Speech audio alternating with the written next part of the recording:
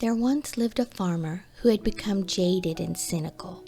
He had been raised in a restricted home filled with legalistic religion.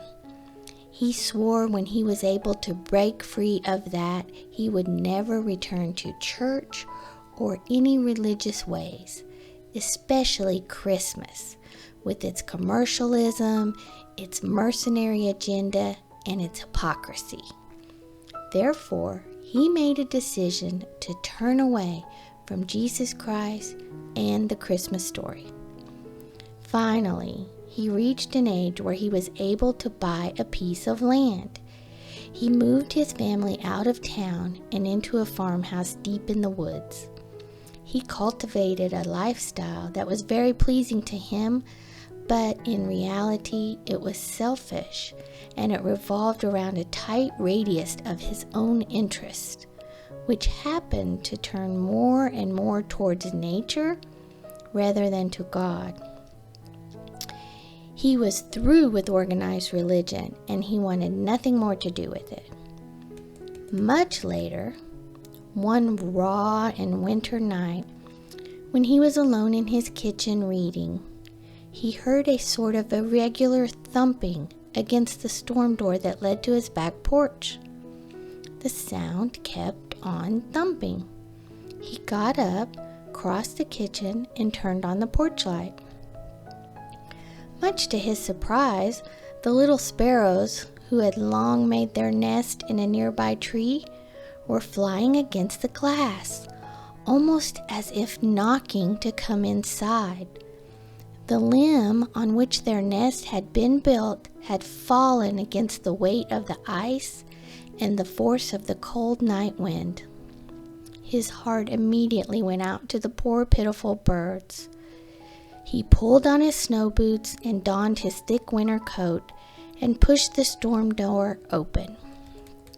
Immediately the birds flew away, of course. He then made his way to the barn.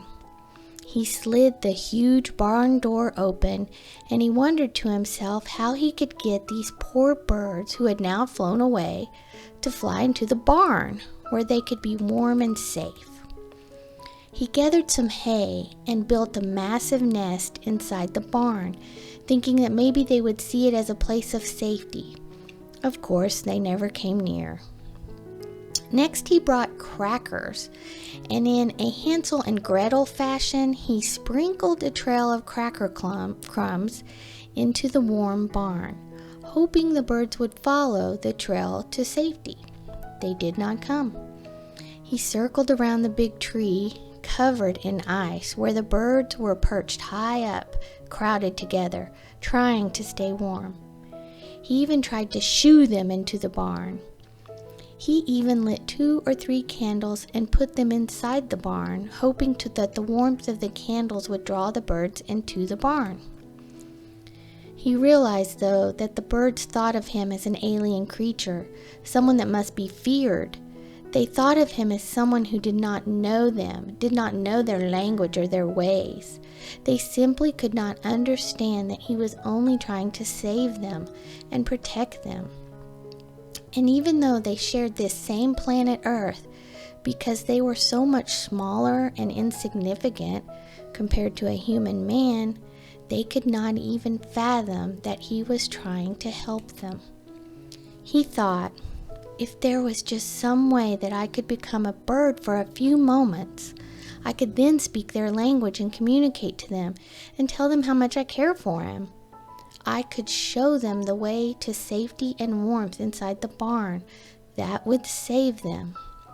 At that moment, as only God could plan it, the church bells began to ring.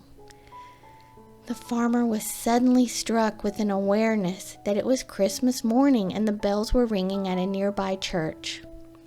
He was then struck again with the weight of his own cynicism and selfishness. There, at the back porch, in the deep snow, he fell to his knees, and an even deeper thought came to him. God becoming a man. How much more great is it for God to become a man than for a man to become a bird.